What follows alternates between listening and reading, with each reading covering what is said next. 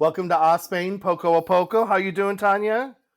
I'm hanging in there. I do want to apologize if the editing isn't as smooth as it usually is. It is not Gaetano, it is me because I might have coughing. I still have my allergy coughing thing. Gotcha. Your editing skills are super duper, but if it's Yes. clipped, it's because I was coughing and there was nothing you could do. And yeah, if there's a weird break and you're like, why does the sound What? sound so different? Because she went into a coughing fit and you Yes. either got to hear the coughing or Or a not, yeah. And disjointed it may edit. not be a smooth thing, and that is 100% me. So I just want to take that off of you in case anything Oh, has to well, happen, well, because your thank editing you. skills are super duper, super uber duper. Well, speaking of editing, Uh today's huh. Poco a Poco is about a major edit in It the is. Valencian That, skyline. that is true. Nice And so segue. sad. We're going to talk about the Jardins de Real, and they are beautiful gardens here in Valencia. If you haven't been and seen them, they are gorgeous, but they have a bit of a history. They do, and they're also known as the Viveros Gardens. That's what a lot of Hmm. people in the city call them because it that also means nursery, and we'll get into that.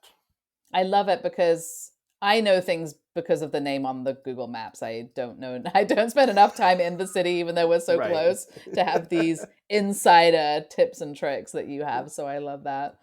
And I will, if I may just say real quickly, it did take me a minute to put two and two together because people are saying, "Are you going to the Uh, music festival in Viveros?" And I'm like, "Where's Viveros?" I'm what? looking. What city's that? Where is that Where? nearby? And they're like, Right. "It's like across the park." I'm like, "The river? Okay, fine, I got it now." Right. So, And logistically, too, it is a huge park, but it's connected to the Toria, the river park, well, right? it's adjacent, Ish. right? It's It's not adjacent. connected, but on a map, it looks On a like they're map it looks connected. like it is, but it is so close that you can be there doing that and then pop over and go into the other park. I mean, they're very, very close. So They're it's across the like street. they're Yeah. across the street. So it is kind of one of these things where you would think you're in the major park of a city in that one, but then there's another one right there. Right. So it can be confusing, but they are their own park that is separate from the Toria Park. Right. So just if but you can go to all of them and walk around and it's gorgeous. But we're going to talk about Just this one. just this Just this one. one. So, do you want to start? Yes, I will start. So basically, just at the very, very beginning, based on what you just said, the reason why this is called the Jardins de Real was because once upon a time, many, many years ago, there was a palace there, a beautiful, beautiful palace. And Yes. for reasons that we will get into, that is no longer the case. It is now a beautiful gardens. And so the gardens began as orchards around the Alumnia, which is an Islamic recreational palace. So it started as a palace way, way, way, way back when, and it was a beautiful orchard garden around a beautiful palace. And that's what we started with, which is not what Hmm. we have anymore. No. Yes, so it was Almunia, Almunia? Almunia, Almunia. I don't know. Meant it was a countryside estate, so there'd be orchards and water channels and the gardens and places for us. Like if you've been to Generalife up in Granada, that kind of situation, right? It's not a place to rule your kingdom Mm-hmm. from, but to get away from your working palace because Mm-hmm. life is so stressful. Yes. And I'm just going to totally skip right now because this might be a 50-minute conversation that you said up in Granada and not down in Granada. Oh, the So reason I'm why I going said to this. peg that for another day because I know that's a whole thing. Well, the reason why I said up in Granada is because it's on a hill overlooking the city, so you go up to it Okay, like I when you're in said, Granada. I'm not going to get into that with you now. We're going to put that on ice for another day because that was funny. And I just wanted to bring it up. Okay, go ahead. So it would have been a traditional Islamic garden with their geometric layouts and the way they had the water channels and Hmm. the fruits and the plants. It's they're very Very what's the word I'm advanced. looking They were very advanced in what they were building back then, for sure, with the very water advanced and structures. very what's the word I'm looking for? Is it stayed? Like there's a reason to them. There's a real layout. They're not just haphazard. Oh, I don't know if you know what I'm geometric, saying. I guess. I I mean, already said oh, you geometric. did. Shows how much I was listening. Well, never And mind. Let's move on. that's exactly. And then Almunia means to wish or desire in Arabic. So obviously, this was supposed to be a very beautiful, gorgeous place, which I'm sure it was, with the fruit trees, aromatic plants, and everything. And and then the combination of the garden with the beautiful architecture, of which this palace was gorgeous. Right. And then, as we've spoken before, there was Mm-hmm. the Reconquista, right? Mm-hmm. So, or Reconquista. And so when Jaime the First conquered Valencia, so when they overtook the palace, it became the royal palace for Mm-hmm. the visiting monarchs of Aragon, and then then later all of Spain.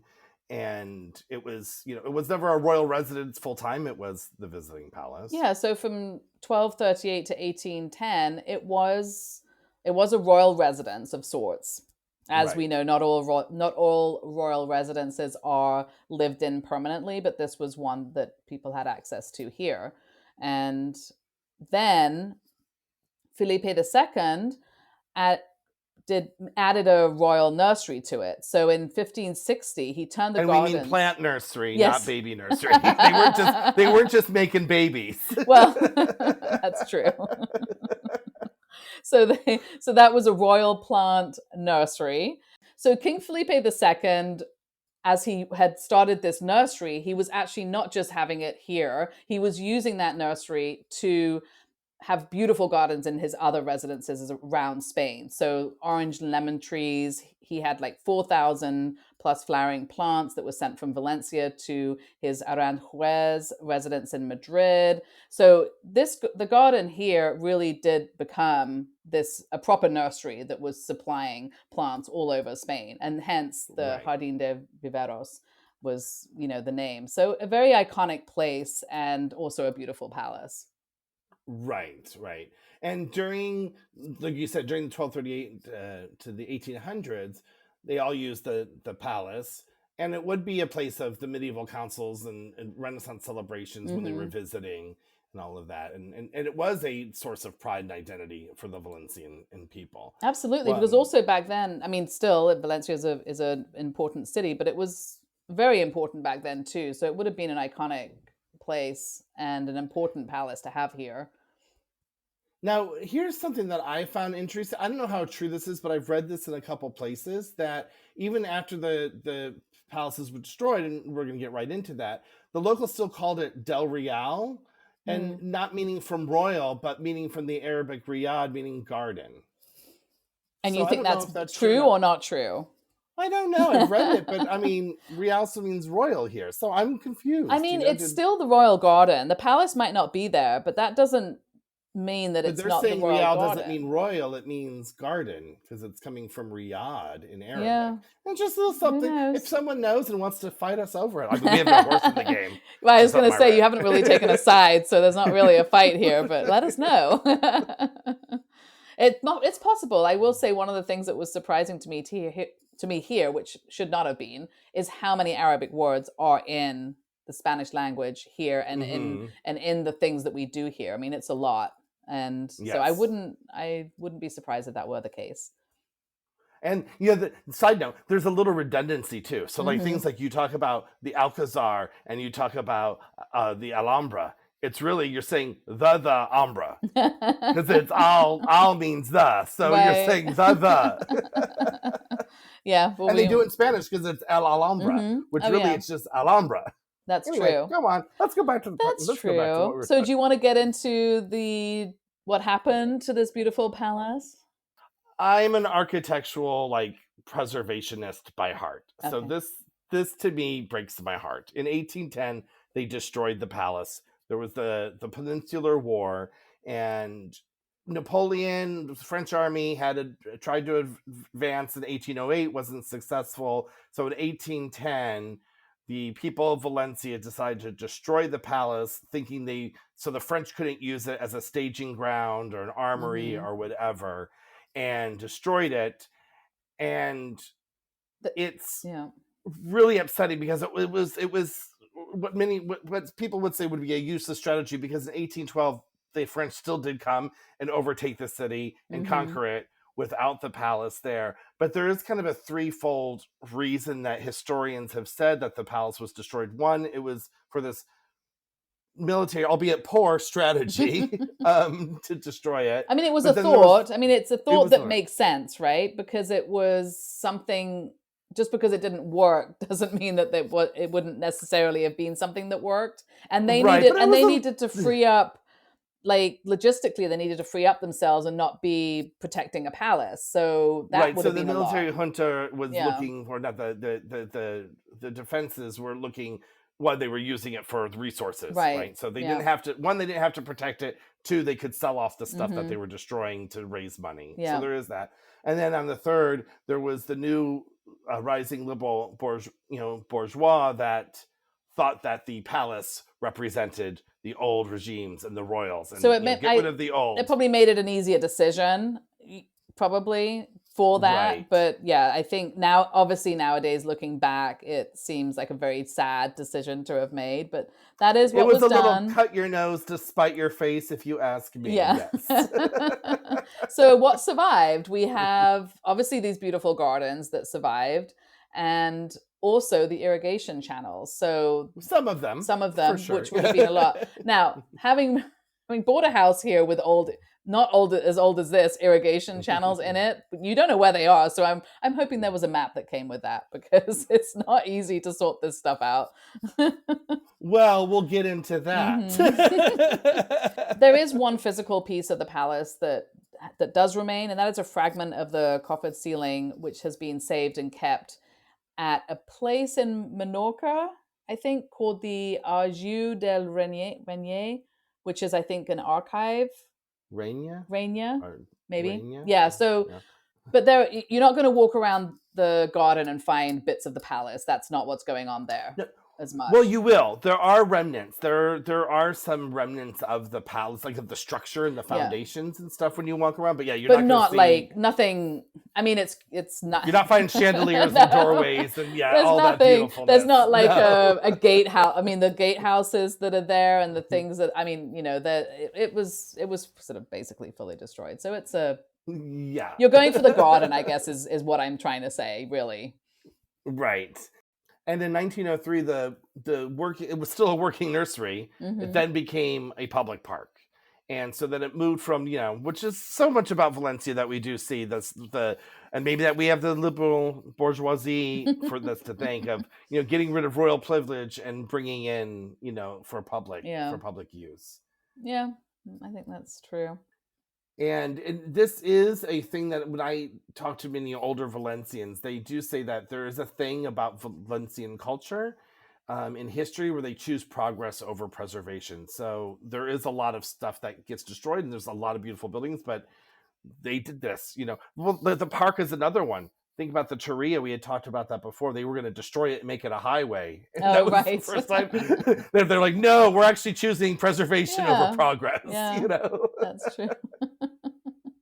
So going back to progress over preservation, in the 80s, they were doing work on the sewage systems around there, and they found some remnants and foundations of the palace.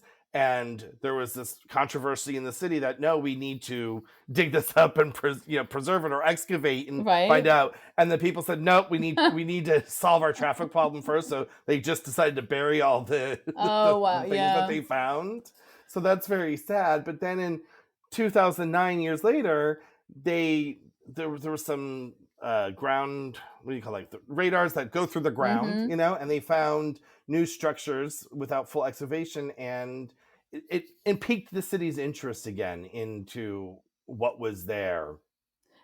And they unearthed the Torre de la Reina, the Queen Maria's Tower, which was later her kitchen, and other walls and foundations that they expected to lead to the Torre del Rey and the large palace spore. So, they were like, oh, maybe we should dig. That's quite a lot. Yeah, I mean, that's quite a lot to know about it. And the palace is fully understood of the whole structure now because of plans that were drawn in 1802 by Manuel Caballero. And those were plans that were taken back to Paris by the French troops as the spoils of war and things.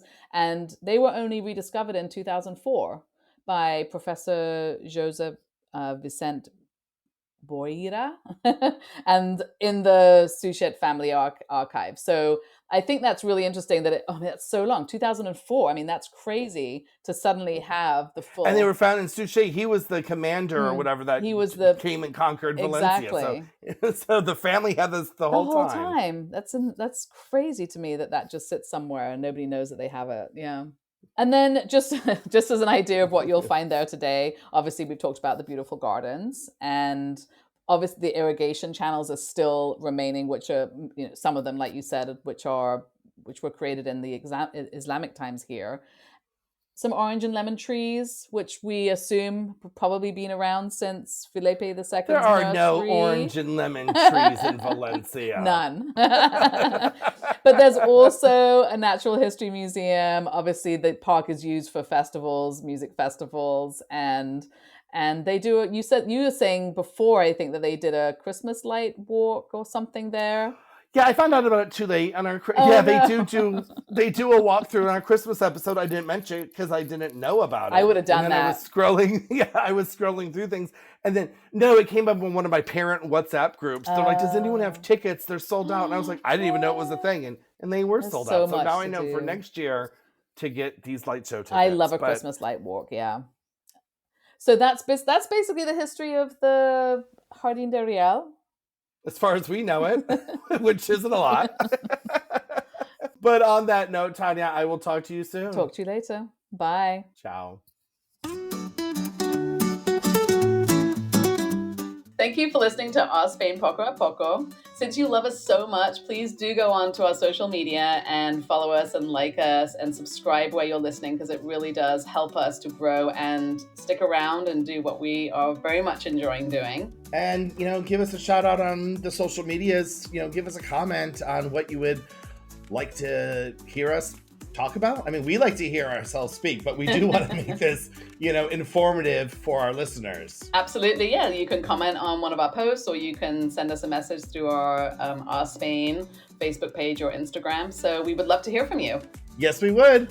Till the next episode. Bye.